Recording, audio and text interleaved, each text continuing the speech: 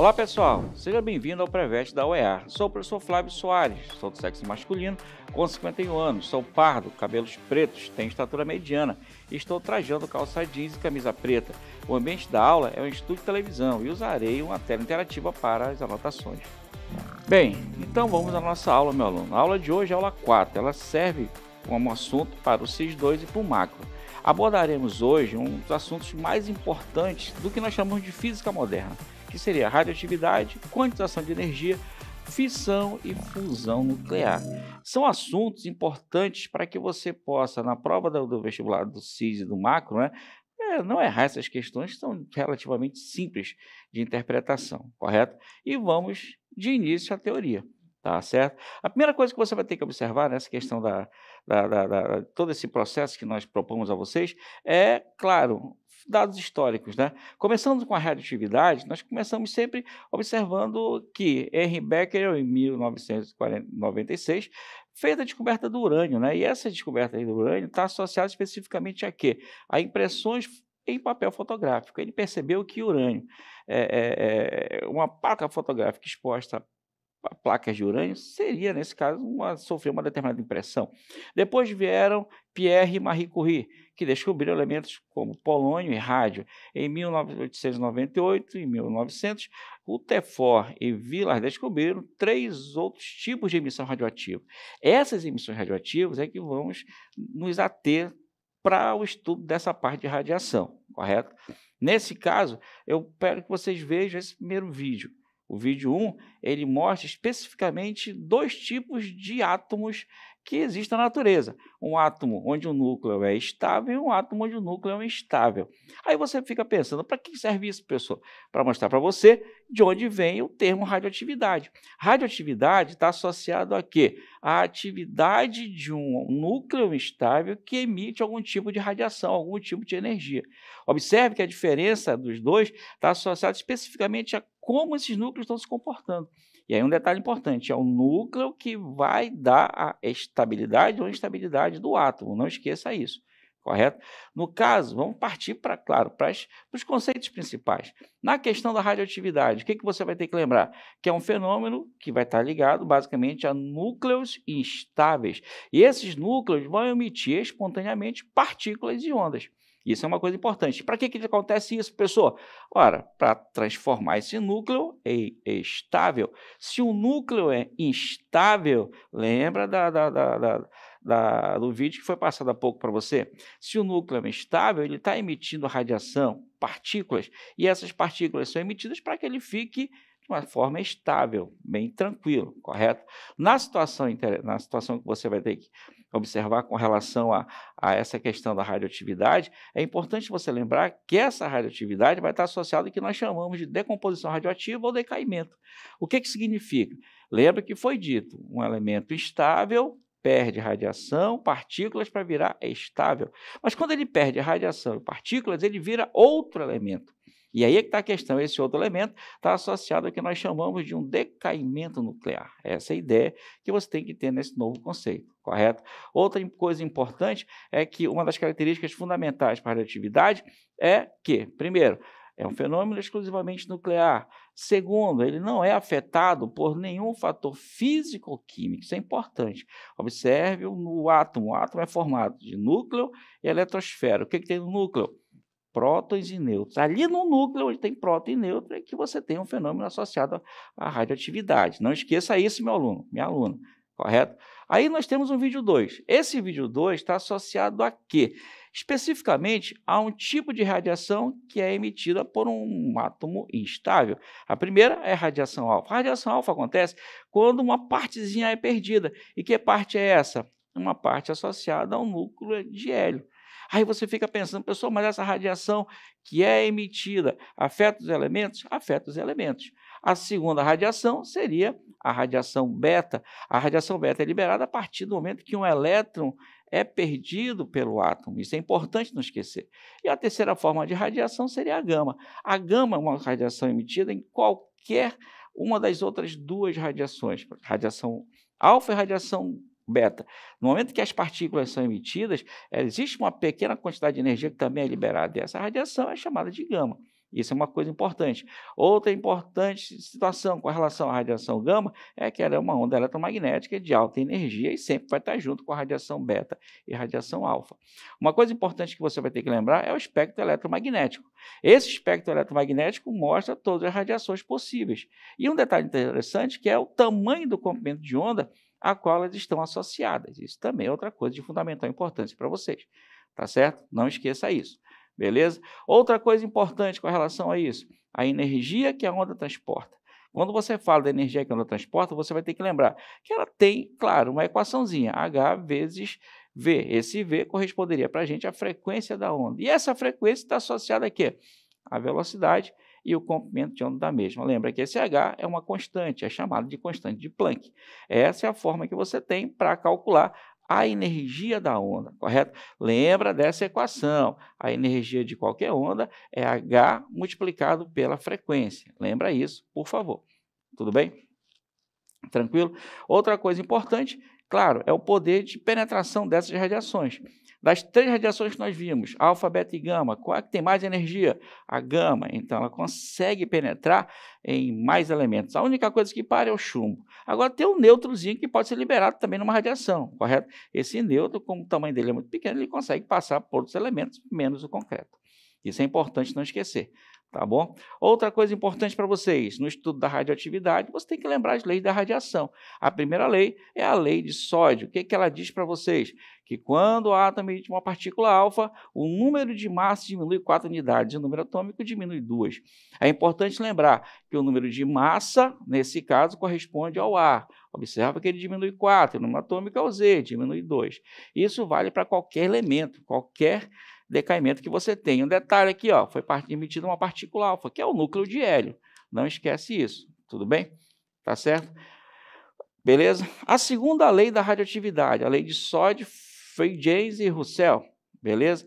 Nesse caso, o que acontece? Quando um núcleo emite uma partícula beta, o seu número atômico soma uma unidade, sua massa permanece a mesma. É importante não esquecer isso, tá bom? São detalhes que vocês vão ver que foram observados especificamente em laboratório.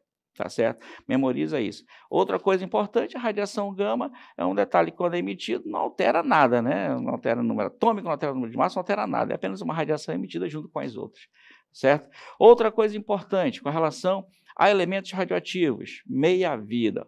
Tempo de meia-vida é o tempo necessário para que você tenha a massa de objeto caindo pela metade. Correto? Existe equação para isso? Existe. Nós temos nessa configuração, aí é uma tela que mostra para vocês, com relação ao tempo de meia-vida, a redução da massa pela metade e assim por diante. Tem equação para isso? Tem. A equação básica é essa. No caso, o tempo de meia-vida seria P vezes X. O que é o P? É o que nós chamamos de meia-vida. E o X é o número de meias-vidas que ocorreram. No caso, no final você vai obter uma massa, e essa massa final vai estar associada à massa inicial dividido por 2 elevado a x. Não esquece que esse x corresponde a quem? Ao número de meias-vidas, o número de decaimento sofrido. Isso é importante não esquecer. Tudo bem? Com relação a essa parte de radiação, vamos precisar lembrar dessas coisas. Dando continuidade, vamos falar sobre fissão e fusão nuclear.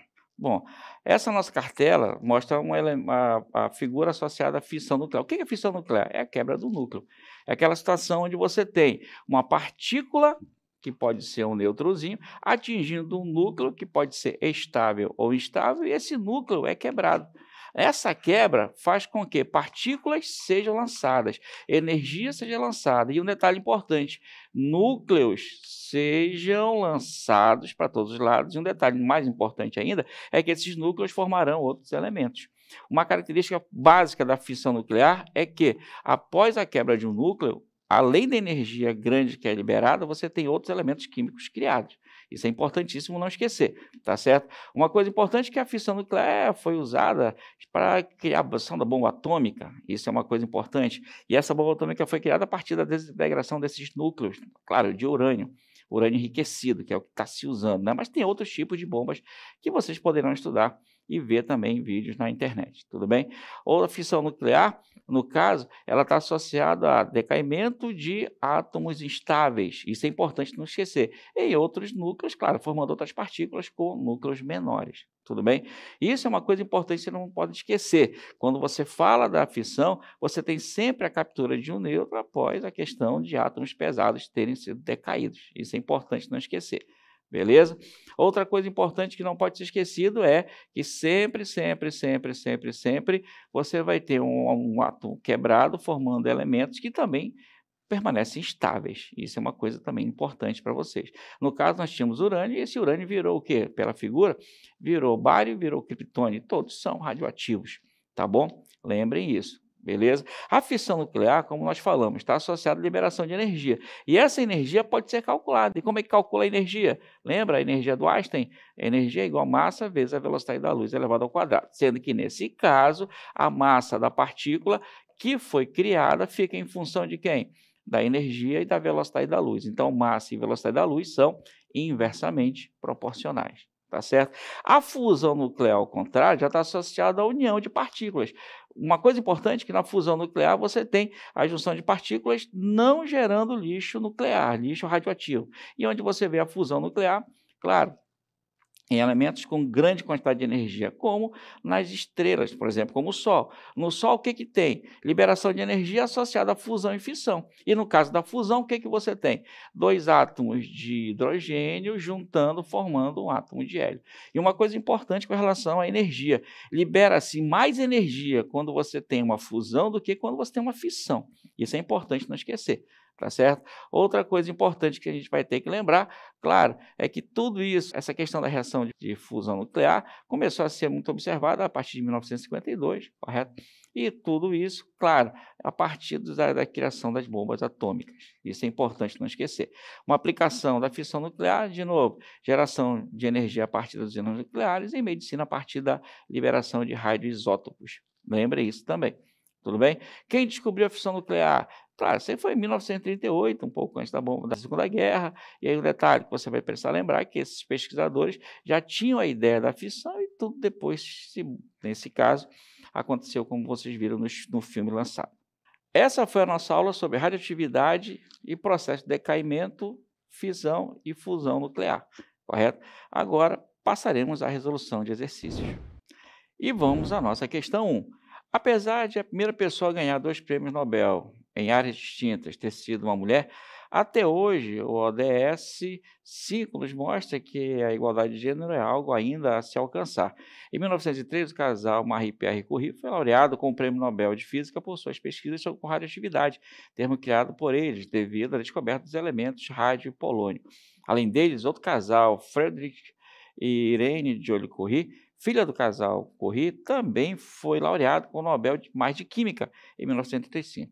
De uma maneira sintética, podemos definir o fenômeno científico citado no texto acima como a ação de, letra A, núcleos estáveis, os quais emitem partículas de radiação eletromagnética. Letra B, prótons estáveis, os quais emitem subpartículas de radiação eletromagnética. Letra C, elétrons estáveis, os quais emitem subpartículas de radiação eletromagnética. Letra D, pósitrons estáveis, os quais emitem partículas e não radiação eletromagnética. Letra E, nêutrons estáveis, os quais emitem subpartículas e não radiação eletromagnética. Olha, temos aqui a chegada do nosso amigo Léo. Acho que ele quer fazer uma pergunta.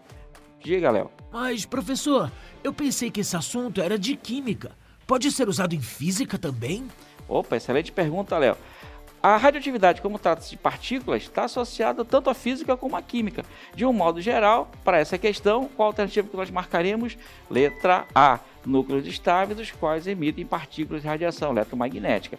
No caso, como a dúvida do Léo pode ser a dúvida de muitas pessoas, é importante você lembrar que a radioatividade, o termo, vai estar ligado especificamente a núcleos, que também são tratados tanto na física como na química. E não esqueçam, quem emite a radioatividade são núcleos instáveis. Alternativa para a questão, letra A. Bem, na aula de hoje, vimos um dos principais assuntos a ser estudados para a prova: radioatividade, decaimento radioativo, fusão e fissão nuclear. Assuntos importantes para o vestibular da UEA. Siga o Preveste em todas as redes sociais.